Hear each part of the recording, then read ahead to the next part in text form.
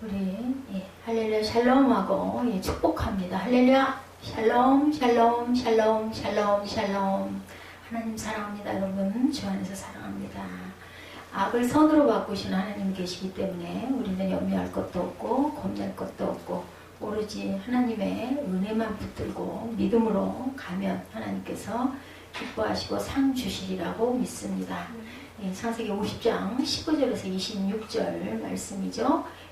마지막에 26절 마지막에 보면 요셉이 110세 죽음에 30살 정도의 그 총리가 되죠. 15살에 그 애국으로 팔려가가지고 어린 나이에 그래가지고 거의 70년 동안을 총리로 기가 막히죠. 자손이 3대 이상 거기서 자라고 근데 돌아가죠. 그뒤 그의 몸에 향제류를 넣고 애굽에서 입건하였더라. 근데 나중에 가나안으로 갈 때 그 요셉의 그 해골을 메고 출국을 하는 그런 장면이 나중에 보면 나타납니다. 오늘 말씀 창세기에 대해 대단한 마지막 장입니다. 우리가 50장까지 일주일에 한 번씩 거의 1년을 왔습니다. 이 50장에서 야곱의 장례식과 그 후 사후 발생한 이스라엘 공동체의 결속 그리고 요셉의 죽음이 언급되어 있습니다. 창세기는 태초의 시작이라는 웅장한 주제로 시작이 됐어요. 그죠? 근데 마지막은 죽음의 사건으로 끝을 맺습니다. 그래서 우리가 피할 수 없는 것, 태어나는 것과 죽는 것. 근데 태어나는 것보다 죽는 걸 정말 잘해야 되죠. 야곱이 위대한 신앙의 선진이었고 요셉도 탁월한 그런 재산이었어요. 그죠? 총리였으니까. 이들 역시 유한한 인간으로의 인생. 이것을 피할 길은 없었습니다. 전능자 하나님 앞에 모든 인생은 한낱 풀과 같은 존재에 지나지 않기 때문에 창세기 50장은 야곱과 요셉의 훌륭한 신앙과 그들의 생애를 축복하신 하나님의 은혜를 우리가 살펴봐야 되겠습니다. 야곱의 장래 1절에서 3절에 나타납니다. 우리 앞절 안 읽었으니까 함께 한번 합독하죠.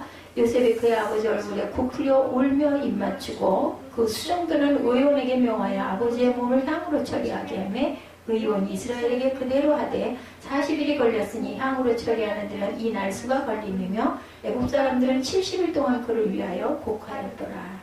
아멘. 무슨 나라의 임금 돌아간 것만큼의 그러한 기가 막힌 장례를 치르죠. 요셉은 생이별을 해서 긴 세월을 헤어져 살아야 했던 아버지를 만나서 안락한 환경에서 함께 살았어. 17년 동안. 그죠?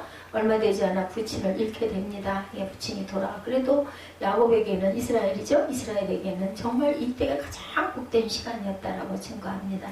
아버지가 돌아가시자 눈물을 흘리고 창백한 얼굴에 입술을 맞추고 그렇게 이별을 고합니다. 일절에 그는 수종 의사에게 야곱을 미라로 만들어달라 이렇게 얘기하죠. 그 시대에는 이렇게들 다 했던 거죠. 이러한 일은 의술이 발달했던 고대 애국에 있어서 귀족들이 죽었을 때 행했었던 일반적인 관습이었다고 합니다. 눈물의 원인 창세기 37장 35절 그의 모든 자녀가 위로하되 그가 위로를 받지 아니하며 이르되 내가 슬퍼하며 수월로 내려가 아들에게로 가리라 하고 그의 아버지가 그를 위하여 울었더라. 언제? 요셉이 이제 죽었다라고 형들이 거짓말했을 그때죠. 내가 수월로 내려가 아들에게로 가리 나도 따라 죽을 거다라고 슬퍼 울었어요. 요셉이 죽은 것을 그렇게 죽었다는 걸 알고 근데 죽지 않고 살아있었던 거죠.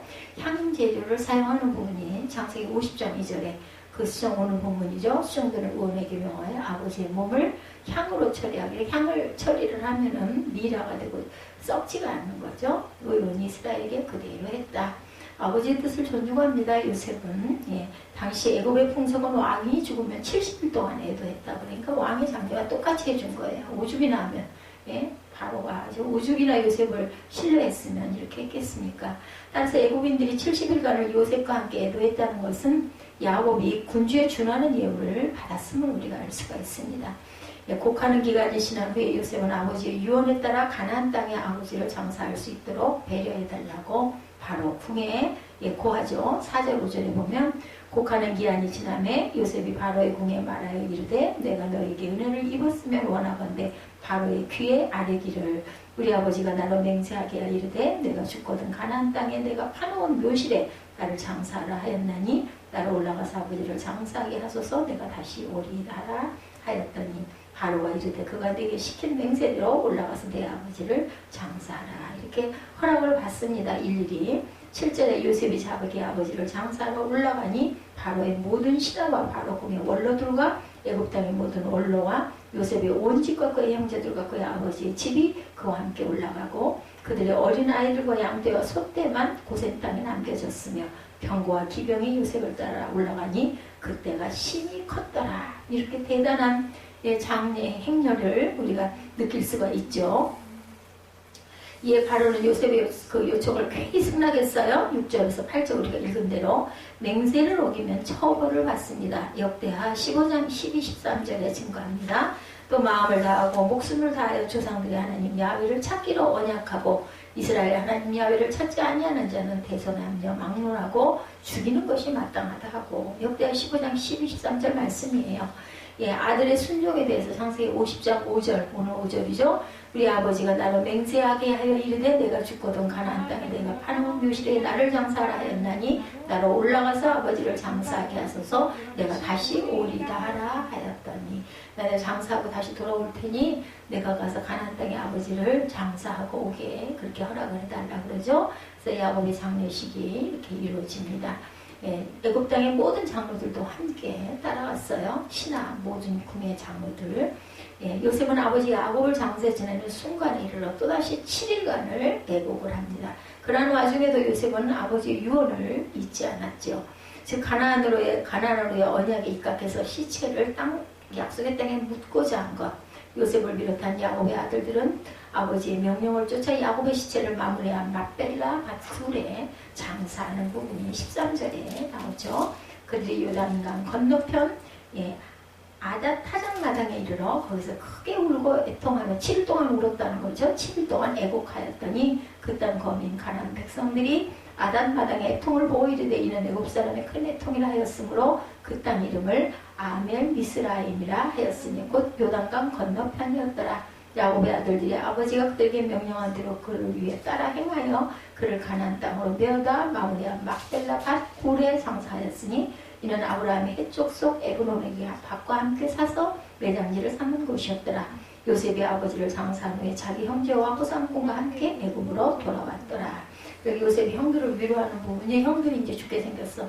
아버지가 방패였는데 이제 아버지 돌아가셨으니까 요셉이 혹시 우리를 그걸로 인하여서 이제 아주 핍박하지 않으면 어떡하나 겁이 난 거죠. 불안해합니다. 15절에.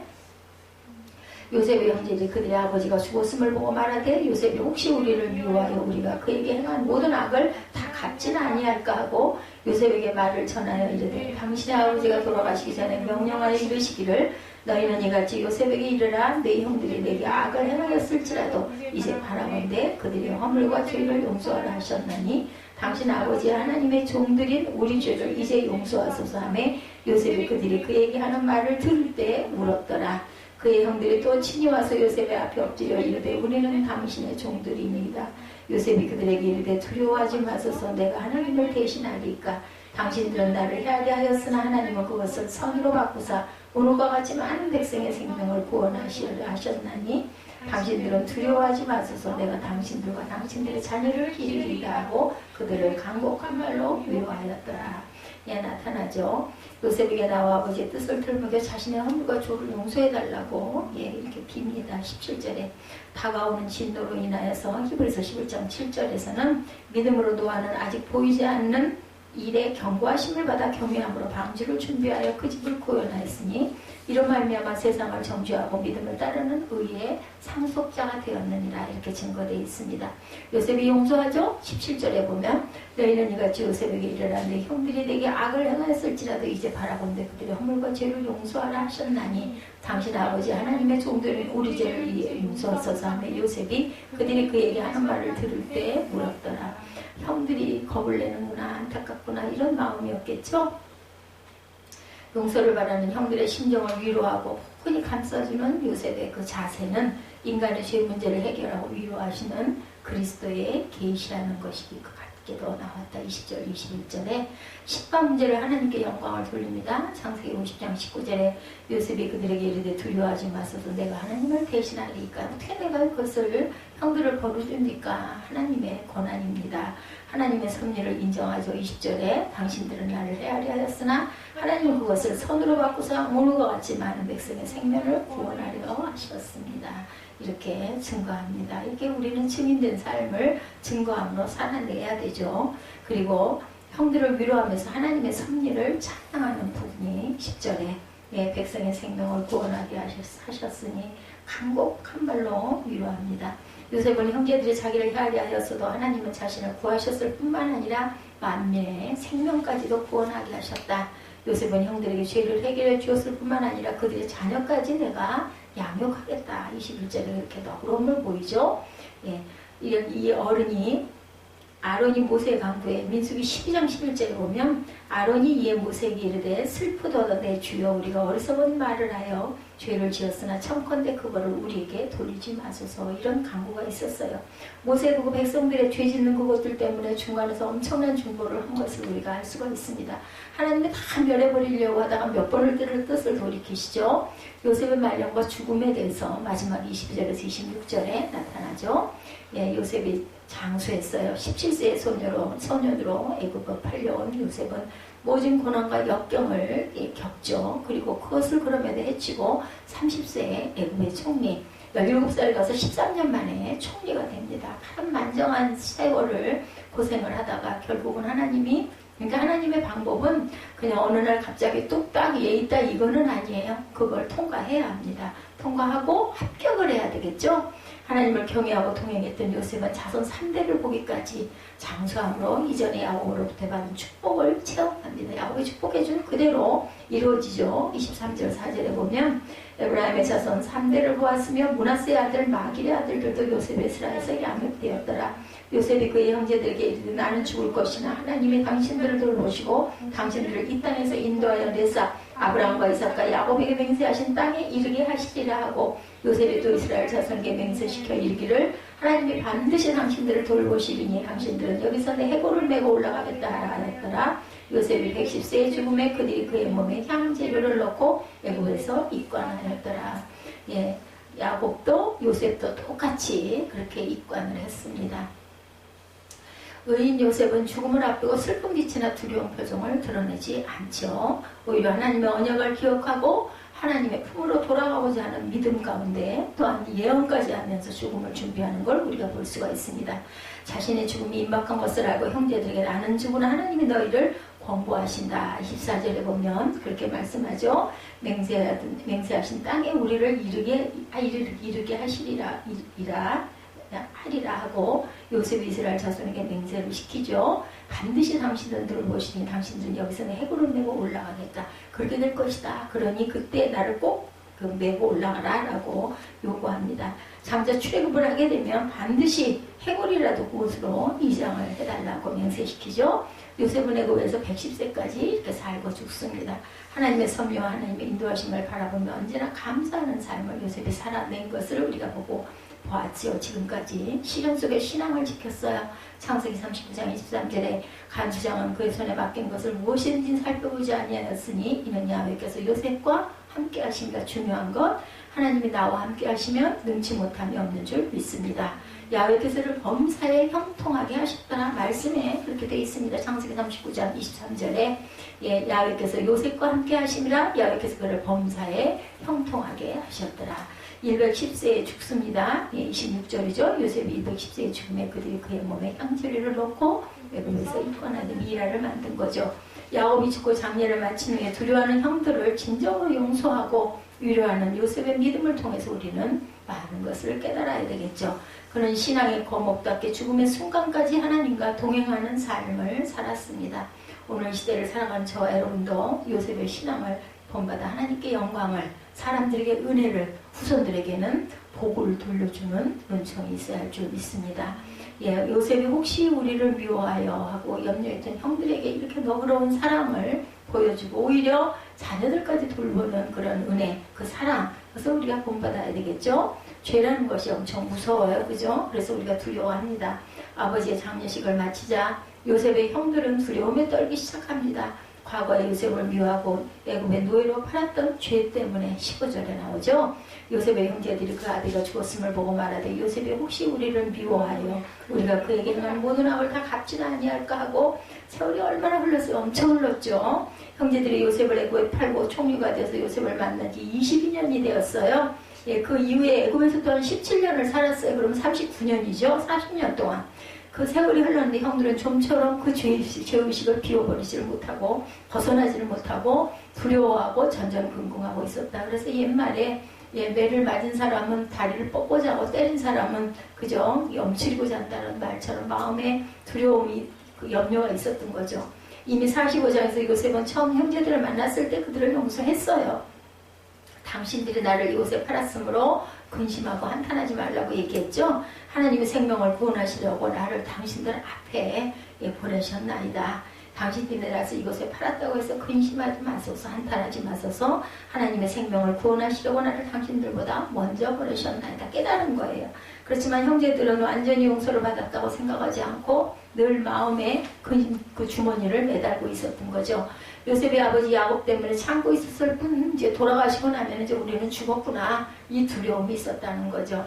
그냥 맞는 자는 발 뻗고 산다라는 거예요. 요셉의 보복이 두려운 그들은 아버지의 유언이라며 요셉의 관용을 청하죠. 16절 아버지를 팔아요. 또 거기다 또 당신의 아버지가 돌아가시 전에 명하여 이르기를 너희는 이같이 요셉에게 이르라. 내 형들이 내게 악을 행하였을지라도 이제 바라건대 그 허물과 죄를 용서하라 하셨다 하라 하셨나니. 실제 야곱이 이런 유언을 했는지는 알 수가 없어요. 나오진 않았으니 이런 유언은 요셉에게 직접 하든 아니면 모두 모였을 때 공개적으로 하는 것이 효과적이었을 것인데 형제들은 달리 방법이 없었기 때문에 돌아가신 아버지의 이름을 팔며 호소하죠. 이런 형제들의 모습을 보면서 요셉은 마음이 슬펐어요. 그죠? 그래서 울죠. 그 말을 들을 때 17절에 울었더라. 이미 다 용서했는데 그것을 확신하지 못하고 오랜 세월을 불안과 두려움을 안고 살아왔을 형들이 안타깝고 불쌍했던 거예요. 한마디로 얘기해서. 그래서 그것을 위로를 합니다. 그리고 염려하지 말라고 다시 또 확인을 시켜주죠. 우리 인생에서도 지워버리고 싶은 순간들, 시간들이 누구에게나 있습니다. 죄의 삭은 사망이라는 말씀 그대로 죄는 사람을 죽여요. 그죠? 먼저는 자기 자신을 죽이고 불안과 고통이 계속 따르게 합니다. 아벨을 죽였던 가인은 땅에서 방황하며 누가 자기를 죽이지 않을까 하는 불안 속에 방황하지 유리하였더라라고 나타나죠. 성을 쌓고 자신을 그 안에 가두고 나서야 겨우 삽니다. 반대로 더 공격적으로 나갈 때도 있습니다. 사람이 죄를 자랑하고 또 미워합니다. 자기 합리화를 하죠. 가인의 우대순인 라멕이 대표적인 인물인데 그런 자기를 상하게 하는 자를 죽이고 77대의 보복을 가했어요. 라멕이. 이 또한 불안의 한 증상이었었죠. 자기의 불안을 감추고 무마하기 위해서 더 폭력적으로. 그래서 사람을 처음에는 처음 사람 죽이기가 힘들지 그 다음부터는 무자비하게 숫자를 헤아릴 수 없는 만큼으로 그렇게 더 잔인해진다고 하죠. 죄가 주는 불안은 섹스피어의 그 맥베스에서 묘사되어 있는데 맥베스와 그 부인은 유혹에 빠져서 덩컨 왕을 죽이고 왕의 자리에 오르죠. 맥베스는 자신의 악이 드러날까 두려워서 자기 친구를 비롯해 더 많은 살인을 자꾸 저지릅니다. 이제는 숫자도 몰라. 죽이는 것도 아무것도 아니야. 처음에는 두렵고 무섭고 떨렸는데 죄가 악이 이렇게 사람을 먹어 들어가는 완전히 사단이 점령을 해버리는 거죠. 자기가 죽인 사람들의 환청과 망령에 막 시달리는 맥베스 그 내용이 부인은 미쳐서 자살에 이르고 자신 또한 전쟁에 패해서 죽고 맙니다. 두 사람이 나누는 대화 중에 이런 대화가 있어요. 맥베스 부인입니다. 아무것도 아니야. 왜 이리 엉망할까? 이렇게 했는데도 야망은 이루어졌는데 만족을 얻지 못하니 살인을 하고도 불안이 진드기처럼 따라붙어 붙는다면 차라리 살해당한 피해자가 되는 것이 더 마음이 편하리라. 이렇게 고백을 합니다. 맥베스가 말합니다. 우린 독사를 난도질했을 뿐 죽이진 못했어. 그 상처가 아물면 어설픈 실상을 한 우린 언제 독사의 이빨에 물릴지 모르고 두려움이죠. 또 지금처럼 불안감에 떨며 하루 세끼 겨우 식사하고 밤마다 무서운 악몽에 시달리며 고통스러운 잠을 잘 바야 차라리 이 세상에 산산조각이 나고 하늘이 무너지고 땅이 꺼져버리면 좋겠어. 그냥 끝장이 났으면 좋겠다 그러는 거죠. 죄가 무서운 것은 자기 스스로를 비하하기 때문이다. 자기라는 존재가 아무것도 아닌 것처럼 해서 자기를 사랑하라고 그러죠. 누구를 용서하려면 그 누구를 사랑하려면 먼저 자기 사랑이 필요하다고 합니다. 나를 귀하게 여겼을 때 그것이 내가 귀해지기 위해서 다른 사람들에게까지도 그 영향을 끼친다고 합니다. 요셉의 형들이 요셉에게 자청한 거 18절에 그 형들이 또 친히 와서 요셉의 앞에 엎드려 가로되 우리는 당시의 종이나이다. 형들인데도 불구하고 스스로 동생의 그 종이라고 자처하고 나서죠. 그만큼 자존감이 떨어진 거예요. 죄는 자존감을 이렇게 떨어뜨립니다. 자신은 아무것도 아닌 존재라고 생각하게 만들죠. 이는 한 나라도 마찬가지로 이런 일들이 있습니다. 잠언서에서 말씀하죠. 의인은 나라로 영화롭게 하고 죄는 백성을 욕되게 하느니라. 잠언 14장 34절 말씀입니다. 의인은 나라로 영화롭게 하고 죄는 백성을 욕되게 하느니라. 의로우면 사람이 당당하지만 죄를 지으면 부끄럽게 되죠. 예, 폭력은 경제력에서 나오는 것이 아니라 도덕성에서 나온다고 합니다. 자존감의 결여가 무서운 것은 이럴 경우 사람들이 극단적인 선택을 할 수 있기 때문이죠. 나는 아무것도 아니야. 나는 쓸모없는 사람이 에이 그냥 죽여버리고 나도 죽어버리자 뭐 이런 거예요. 그죠? 예, 그래서 자살을 하게 됩니다. 다 죽이고 나도 죽을 거야. 억울하니까 나 혼자 죽지는 않아. 죽여버리고 꼴 보기 싫고 눈꼴 사나고 다 죽여버리고 내가 죽으면 돼. 죽으면 끝이야. 뭐 이렇게 되는 자포자기가 되는 거죠. 실패와 탈락을 용납하지 않는 우리나라의 사회 분위기, 또한 물질 중심의 획기적 가치관, 국가에 의해서 자행되는 폭력들, 무자비한 비방과 인격 모독 등 우리의 자존감을 빼앗아가는 것들이 곳곳에 이렇게 포진을 하고 있습니다. 사회라는 것이. 이것이 우리 사회를 부동의 자세를 세계 위류의 사회로 만들었다고 하죠. 아무리 가난해도 인간은 살 수 있지만 자존감이 없이는 살 수가 없어요. 그래서 참 그게 민감한 게 뭐예요? 자존이에요. 자존, 그렇죠? 자존심을 다치면은 막 그냥 아주 몸이 벌벌 떨리죠. 예. 끝까지 놓쳐서 안 될 것 바로 이 자존감. 죄를 지었든지 실패를 경험했든지 하나님은 우리를 사랑하신다라는 것을 잊지 말아야 돼. 나는 하나님께 정말 귀한 자녀다라는 자존감을 꼭 가지셔야 한다. 우리에게 여전히 할 일이 있고 하나님은 우리를 향해 기대하고 지금도 우리를 바라보고 계신다라는 것. 요셉을 파는데 앞장섰던 형 유다를 통해서 하나님은 이스라엘의 지도자로 삼으셨고 그를 통해서 다윗 왕조가 태어나죠. 유다의 자손에게서 태어납니다. 살아있는 모든 것들은 이렇게 의미가 있어요. 우리는 모르지만 내가 하나님을 대신하리이까 이렇게 얘기하죠. 아까 요셉이 내 죄를 용서해달라고 하니까 우리 인생에서 죄를 범하지 않거나 실수를 하지 않는 것이 좋겠지만 인생은 한 점 실수 없이 살기는 어렵습니다. 누구나. 이미 범한 실수는 지우개로 지우도 그렇게 지울 수가 없죠. 현실은 바꿀 수가 또한 없습니다. 그러면서 우리는 절망과 상처 가운데 살아가게 되죠. 우리 마음과 태도를 바꿔야 하는데 현실은 바꿀 수 없지만 우리 마음은 바꿀 수가 있어요. 그래서 내 마음을 내 그 심령을 주님 붙들어 주시옵소서 우리가 기도하게 됩니다. 19절 20절에 요셉의 말은 과거에 이루어진 일에 대해서 우리가 어떤 태도를 가져야 할지를 보여주고 있죠. 요셉은 두려워하고 있는 형들에게 두려워 마소서 내가 하나님을 대신하리이까. 이 말은 당신들 문제는 하나님이 처리하실 것이다. 인과는 뭐예요? 하나님께서 갚아주시고 그 몫은 우리의 몫이 아니고 하나님이 그 몫이죠. 형제들로부터 상처를 받았던 요셉의 마음속에도 분명한 그 분노와 복수의 생각이 있었을 거예요. 그러나 하나님께서 내 인생을 이끌어 가시고 하나님께서 내게 복을 주시니까 하나님이 알아서 하시겠지 하고 마음을 비울 수가 있는 거죠. 만약에 그게 아니고 요셉이 정말 가진 고난과 위태한 가운데 있다면 이런 너그러운 마음이 되기가 어려워요. 그죠? 하나님이 보호하신다라는 것을 느끼고 가다 보니까 그것을 우리가 갚는 게 아니라 하나님이 알아서 하시겠지. 형제들의 미움과 어리석은 행동을 바꿔서 자기를 애굽에 먼저 보내고 온 가족을 구원하시고자 한 이 하나님의 섭리, 그것을 요셉은 너무 감사하면서 깨달았을 거예요. 총리가 되면서. 요셉은 자기의 작은 복수는 접고 하나님의 큰 섭리에 순종한 모습이죠. 이제 다시 복수를 생각한다면 그것은 하나님의 뜻을 무시하고 자기 손으로 역사를 다시 쓰는 교만이 될 것이다. 그래서 내가 하나님을 대신하리까 이렇게 고백을 합니다. 우리는 하나님을 대신해서 대신하는 사람이 아니라 그 뜻에 순종하는 종이에요. 그죠? 요셉처럼 이미 이루어진 일에 대해서 또 앞으로 이루어질 일에 대해서 하나님의 판단과 주권에 맡겨드리는 태도, 하나님이 하실 것. 그 대신 우리는 하나님이 주시는 지혜로 어떤 일을 추진하고 밀고 나갈 때 담대하게 밀고 나가야 되겠고, 근데 합력하여 선이 되도록 노력해야 되겠죠.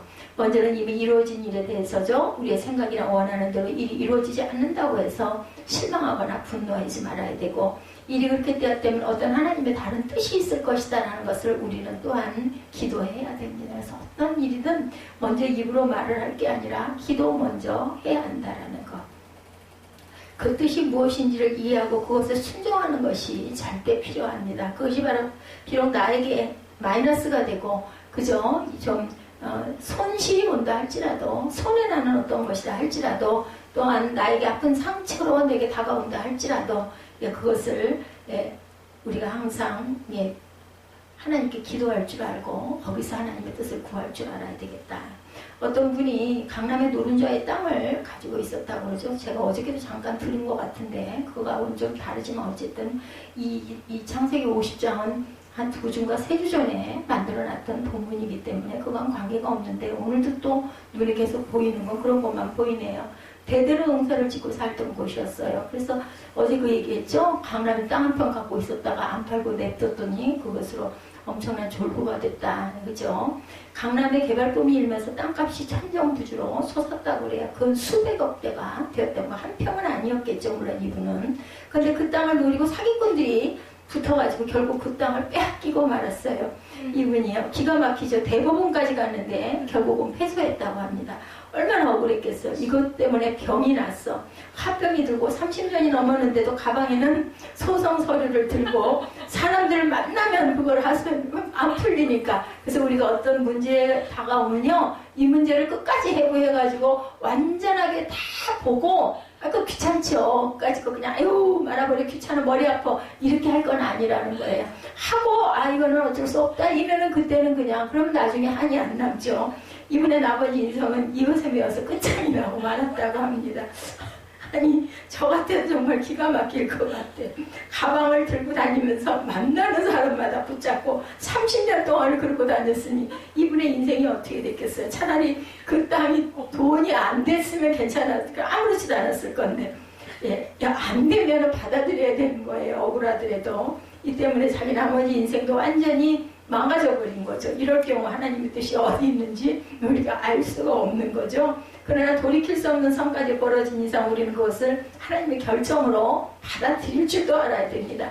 내게 그것이 유익이 아니라 할지라도 이거는 내가 짊어져야 할 십자가인가 보다 어쩔 수가 없다. 내가 감당을 하자. 이랬을 때 또 하나님이 나중에는 그것으로 인해서 상을 주시기도 한다는 것도 또한 이번 일을 통해서 우리가 깨달아 알아야 되겠다.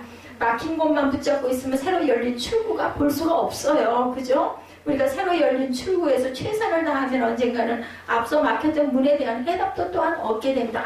그게 그러더니 이게 이러려고 이랬구나 이렇게 이제 나중에 깨달아 흘러가야 돼요. 그 자리에 그렇게 있어가지고는 결국은 둘 다 죽는 거죠. 과거에 이루어진 일뿐만 아니라 모든 면에서 하나님의 주권과 판단을 인정하는 것이 먼저 필요합니다.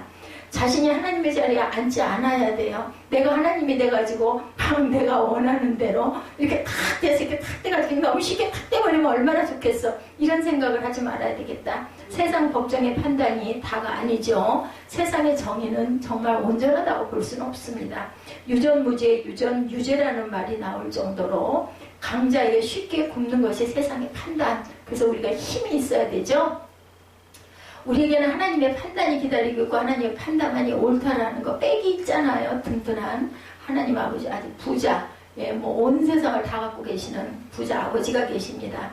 언론이나 인터넷 글을 보면 모두가 심판자가 되어 있다고 하죠. 마치 자신들이 하나님이라 된 것처럼 엄청 잘 알아요. 얼마나 똑똑한지 몰라요. 보면 나 같은 사람은 또 갖다 말을 댈 수도 없을 정도로 아주 교만하기가 이를 데가 없죠. 한 사람에 대해서 어떻게 그렇게 쉽게 판단하고 막 재단을 해요. 두려울 정도죠. 아무리 악인일지라도 그에 대한 판단은 하나님께 있다는 것을 우리가 항상 마음에서 비우지 말아야 되겠다. 미국이 그 빈 라덴을 그 파키스탄에서 직결 처분한 사건 때문에 의견이 분분하다고 그러죠. 정의 이름으로 이렇게 정식 재판 절차도 없이 처형하는 것이 타당한 행동이냐 이런 그 말이 굉장히 많이 떠돌았다고 합니다.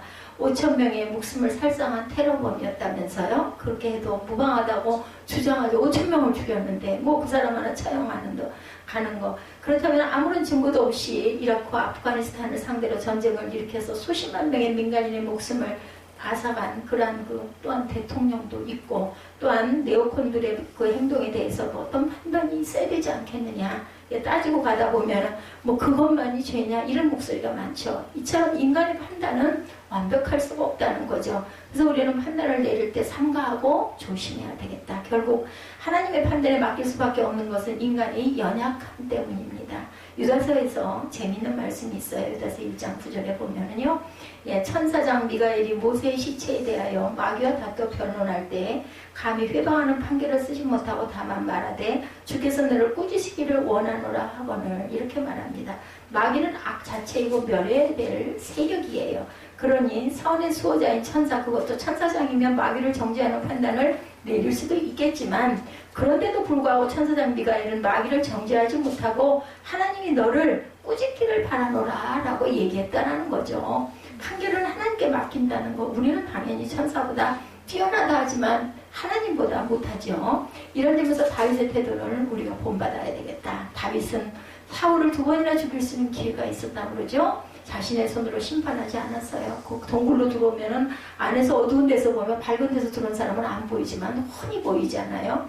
여호와의 기름 부음 받은 자를 자기 손으로 칠 수 없다는 판단, 다윗의 판단. 그렇게 도망을 다니면서도 저 같으면은 그거 순종 안 할 것 같아요.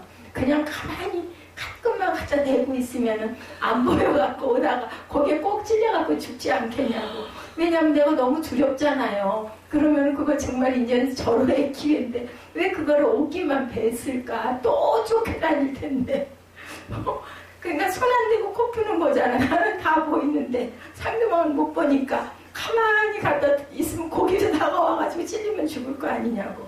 그런데도 그걸 안 했다는 거죠. 그러니까 정말 다윗은 대단한 믿음을 갖고 있다는 겁니다. 하나님의 판단에 맡긴 결과 어떻게 됐어요? 결국 사울은 이방민족 블레셋의 손에 의해서 죽임을 당하고, 그것도 다 안 돼가지고 결국은 자기가 자기 칼을 빼가지고 거기에 엎드러져서 결국 자살로 마치는 그런 사건. 사울이 그렇게 해서 죽죠. 다윗은 자기 손으로 피를 묻히지 않았기 때문에 사울에게 소속되었던 지파들을 끌어들여서 통일한 게 왕의 자리에 또한 오를 수가 있었다. 완전히 원수가 되지 않고 전쟁을 안 했기 때문에 하나님의 판단에 맡길 때 모든 일은 순리를 쫓아 자연스럽게 이루어진다. 그러니까 내일 같은 경우도 절대로 혈기를 내지 말고 그냥 들을 거 다 듣고 좋게 해가지고 좀 이렇게 설명을 하고 설득을 좀 해서, 안 되면 그럼 당신은 당신 길 가서 나는 내 길을 가겠어 하고 그냥 좋게 좋은 관계로, 그게 정말 현명한 거예요. 제가 그게 참 부족한데 좋은 관계로 끝을 내서 웃는 너들굴로 먼 길을 왔으니 조심해서 가라고 그러고, 뭐래도 좀 따뜻하게 대접을 해가지고 그렇게 수고했다고 하고 다독여서, 속으로는 다른 마음을 갖고 있다기보다는 안타까운 거죠. 깨달지 못하니까 해서 보내야 되겠죠. 그쪽에는 또 그쪽대로 가려진 부분들이 있는 거 우리가 또 알 수 없지만 기도하면 하나님께서 또 길은 열어주실 거니 하나님이 백이니까 하나님께 맡기고, 그러게요. 기도하고 서로 같이 나누면 좋은데 그걸 안 하고자 하는 건 세상 방법이겠죠. 그렇지만 우리는 마음으로라도 기도를 해야 되겠죠. 하다못해 주기도문이라도 했으면 좋겠습니다. 자신이 하나님을 대신하게 할 때 우리 인생은 더 꼬이고 나락에 빠지게 된다는 것. 우리 자신에 대해서도 절대로 판단하지 말아야 된다는 것. 어떤 사람들은 자기를 학대하고 정죄하는 사람들이 많죠. 나는 죄인이다, 나는 못났다, 나는 저주받아 마땅하다, 이런 말 정말 조심해야 된다는 것. 이 말이 말대로 그대로 이루어지는 일들이 너무나 많습니다. 그러므로 이제 그리스도 예수 안에 있는 자에게는 결코 정죄함이 없나니, 로마서 8장 1절에 말씀하죠. 하나님이 정죄하시지 않는데 우리가 무엇이 간데 하나님을 대신할 수 있겠느냐. 지금 오늘 요셉의 말처럼 하나님은 그것을 선으로 바꾸신다라고 또한 고백했습니다.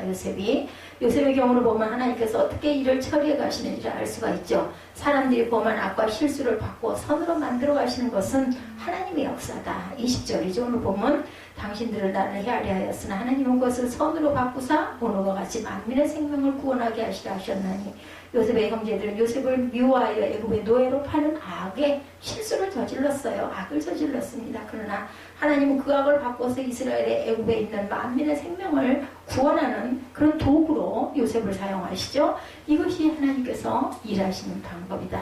로마서에서 다시 말씀합니다. 우리가 알거니와 로마서 8장 28절이죠. 롬8 28.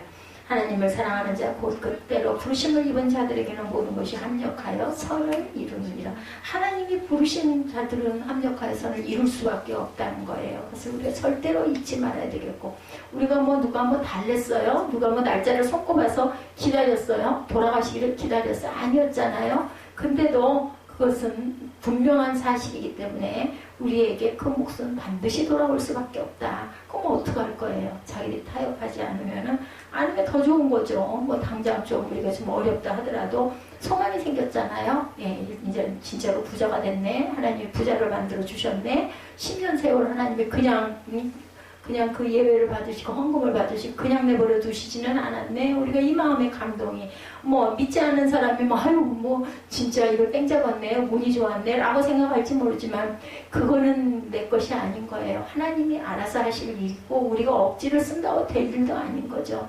예, 그래서 우리의 악과 실수와 잘못과 연약함을 포함한 모든 것들, 이 모든 것들, 그것을 하나님께서는 합력하여 선으로, 분명히 선으로 바꿔주신다는 거죠. 우리 인생을 엉망으로 만들었는데 하나님은 그것을 이용해서 작품을 만드십니다.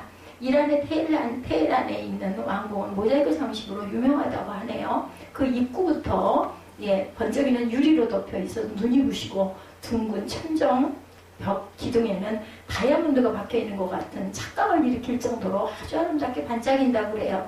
자세히 보면 작은 거울 조각들이 빛을 반사해서 영롱한 빛을 낸다고 합니다. 그런데 이런 거울 모자이크가 탄생하게 된 내막이 있었다고 그러네요. 원래는 이 벽면에 대형 거울을 붙이려고 했다고 그래요. 그래서 프랑스 파리의 한 회사에 거울을 주문했는데 운반 도중에 깨져서 모두 금이 가거나 산산조각이 나버렸다. 그러니까 거울도 보통 거울이었겠어요? 더군다나 대형 거울인데 사람들이 실망하고 버리려 하는 한 건축가가 버리지 말라고 하면서 이렇게 말했다고 해요. 버리지 마세요. 어쩌면 깨어졌기 때문에 더 아름다울지도 모릅니다. 그러면서 나머지 거울들을 작게 깨트려서 오히려 더 작게 깨트려가지고 모자이크 재료로 만들어서 벽에 붙였더니 그 벽이 그렇게 빛이 난다고 그래요. 그 벽과 이렇게 영롱한 무지개 빛을 내는 모자이크 작품이 탄생을 하게 됐다는 거죠. 우리의 인생에 대해서도 이렇게 결코 실망하지 말자. 요셉처럼 그 종으로 어린 나이에 팔려가가지고 가진 죽을 고난을 다 겪었잖아요. 그런데도 하나님께서는 작품을 만들어내셨어요. 그 애굽을 뭐를 줬어요? 정말 풍년 줬다가 흉년을 만들어줘서 그것을 또 요셉의 지혜로 하늘의 지혜를 주셨겠죠. 그렇게 해서 잘 다스리게 해서 애굽을 부유하게 또 바로 왕을 막 이렇게 굉장히 높이 대단하게 만들어주다 보니까 이런 복을 받아가지고 아버지 그 아래로 3, 4대까지를 거기서 정말 잘 살 수 있는 그런 기틀을 마련해주는 사람을 통해서 하나님의 은총이고 역사입니다. 하나님께서 내가 망가뜨린 인생을 어떻게 아름답게 빚어가시는지 기대감을 가지고 바라보는 저와 여러분들이 되셔야 할 줄로 믿습니다. 아이고 이 고난을, 이 고통을, 이거 도대체 이 짐을 어떻게 할 거야? 너무너무 무겁고 힘들어 했지만 결국은 하나님께서는 그냥 계시지는 않는다고 갚아주신다라. 제 마음에 그런 마음들이 그렇게 많이 왔어요. 그날 수영을 하면서 내내 그 마음, 그것을 갚아주고 그걸 어떻게든지 조금이라도 마음의 위로를 주고 풀어주고 그리고 내가 가야지 하는 마음이 그렇게 간절하게 오더라고요.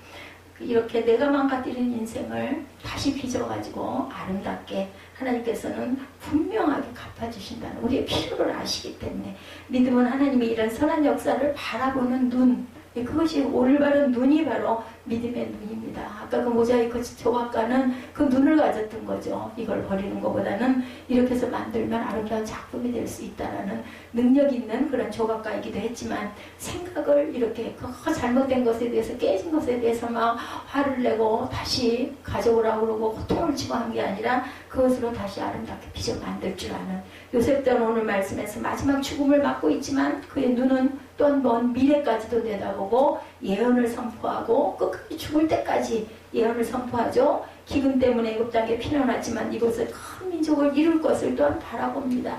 때가 되면 하나님께서 약속의 땅 가나안으로 자기 민족을 이끌고 가실 것도 믿어 의심치 않았어요. 마지막까지. 그래서 내 해골을 꼭 메고 올라가라 라고 유언을 하죠. 유언이 곧 하나의 예언이 되기도 했죠. 기근도 마찬가지였죠. 그 꿈을 해석해서 주면서 그렇게 분명히 이렇게 올 때 이러이러하게 하십시오 하고 예언을 하죠. 우리는 지금 성경을 통해서 그 예언을 읽고 있고 느끼고 있고 깨닫고 있는 겁니다. 인간의 실수와 실패보다는 합력하여 선을 이루시는 하나님의 능하신 손을 우리가 바라볼 줄 알아야 되겠다. 오늘 창세기 마지막이죠. 창세기의 마지막 교훈은 악을 선으로 바꿔주시는 하나님에 대한 교훈입니다.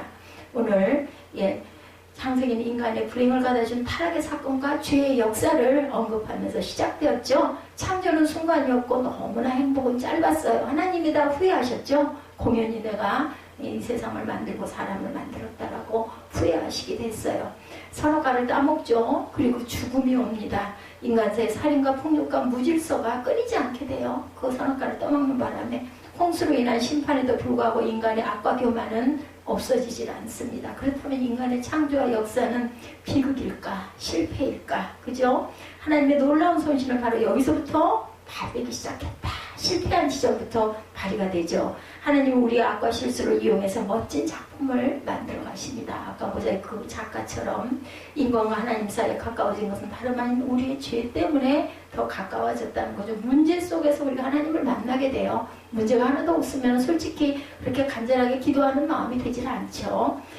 부모가 진당한 자식을 더 생각하고 간절히 찾아요. 못난 자식을. 하나님은 천사들보다 다른 어떤 피조물보다 인간들을 사랑하시죠. 하나님의 아들이신 예수께서 이 땅에 오신 이유도 바로 우리의 타락 때문이었습니다.